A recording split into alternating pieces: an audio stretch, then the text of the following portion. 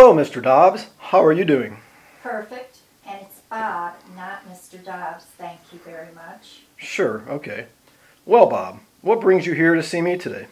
Well, Doc, I've been very lonely lately and was wondering if it had anything to do with society's failures, or perhaps I've become too much of an outcast, meant to live the life of a spiritual guru without benefit of meaningful relationships with others. I see. Loneliness, huh? You mentioned society's failures as a possible reason for your unbearable loneliness. Please explain. Well, in so much as our society values individuality as the highest ideal, breeding a population of unpredictables conspiring against the cult that I lead, the Church of the Subgenius. Interesting. This cult you speak of, you say you're their leader? Of course, I'm the preeminent and most frequently invoked of the personal saviors of the subgenius. You may not have heard of me, though, as I shun publicity and recognition.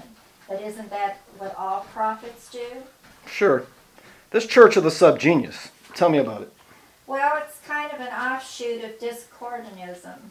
Our primary goal is the popularization of the concept of critical paranoid follies evaluation. Oh my, and what is that all about? It's only the single greatest tenet of our religion.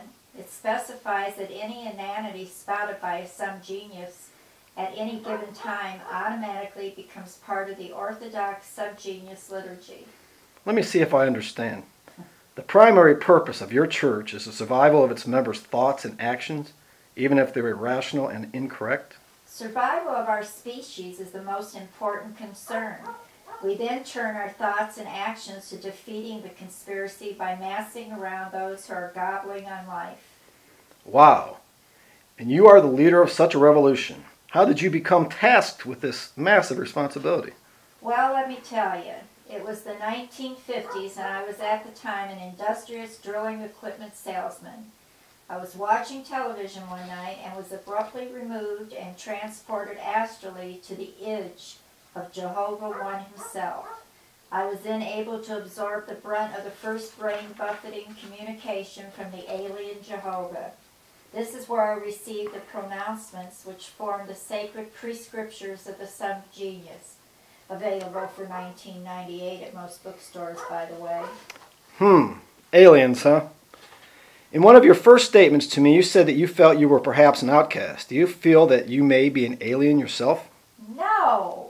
I have learned much from them, but I am not of them. I am not of anyone.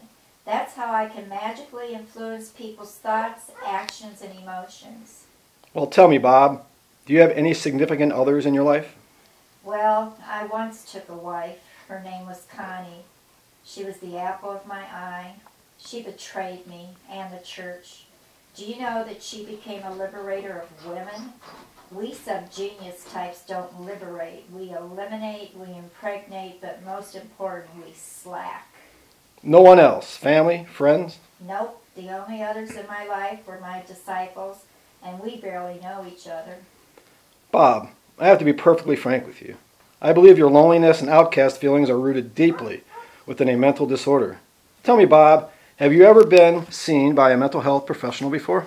No. Hey, wait a minute. Are you trying to imply that my magical experiences are the whatnot, that they are indications that I am a nut? Well, nut may be the wrong term. I was referencing my handy-dandy DSM-4 TR during your frequent ramblings, and well, I'm concerned. About me, Doc? Okay, tell me. I can take it. Mr. Dobbs, Bob, I have what very well may be a disheartening diagnosis. I believe that you are suffering from the symptoms of schizotypal personality disorder. Oh my me. Can I just take some illegal narcotics or pay someone off to cure myself? Oh no, Bob. What I'd like to do is to send you to see a medical doctor for a physical exam to help us rule out any other conditions. If the physician finds no other conditions for your symptoms, then I'll bring you back in to see me for treatment. You're not going to delve too far into my subconscious, are you, Doc? I don't want that.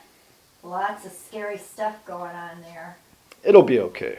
We'll try some antidepressant and possibly some antipsychotic medications. After we stabilize you, then I'd like to see you in for some psychotherapy sessions. And we'll try to work on your troublesome cognitions and behaviors. Does that sound okay with you, Bob? I'm suspicious. I'll let you know later. That is after I consult with the growers of the Slacker life. Bye, Doc. I sure hope to see you back. Bye.